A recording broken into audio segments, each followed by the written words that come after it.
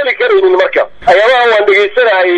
maxay ahayd baaruud bay ahayd iyo kale ahayd qofka baaruudda riday dambara wuu ridi karay qofka baaruudda riday qofna waa dili karay marka baaruud qofka riday wuxuu ku talagalay amni darro iyo argagax inuu ka abuuro waa in loola dhaqmaa marka sidii qofkii asagoo qof dilay ama asagoo bamba tuuray ama asagoo hoobiye tuuray muranku maaha hoobiyo ma ahayn iyo wuu ahaa maaha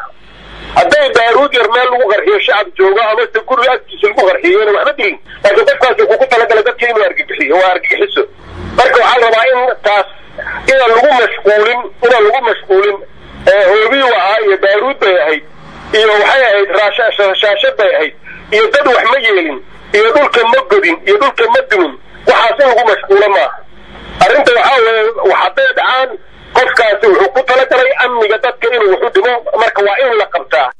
gudoomiye tarsan ayaa dhinaca kale gudoomiyaasha degmooyinka iyo taasiyada saldhigyada ku dhaliilay wada shaqeyn ka dhex jirta taas oo xusay inay keentay inay dhacaan khataro amni oo shacabka degmooyinka gobolka Banaadir walwal ku abuurtay almaan ma bad noqon kartaba hadii taliyaha saldhigga iyo gudoomiyaha degmada hadayna wada shaqeeyeen taasaba amni darrada ugu weyn waxaa weeye dad amni inay ka wada shaqeeyaan la dhahay oo amni ka wada shaqeynayna marka amni darrada ugu weyn taas weeye waxaana jecelahay wixii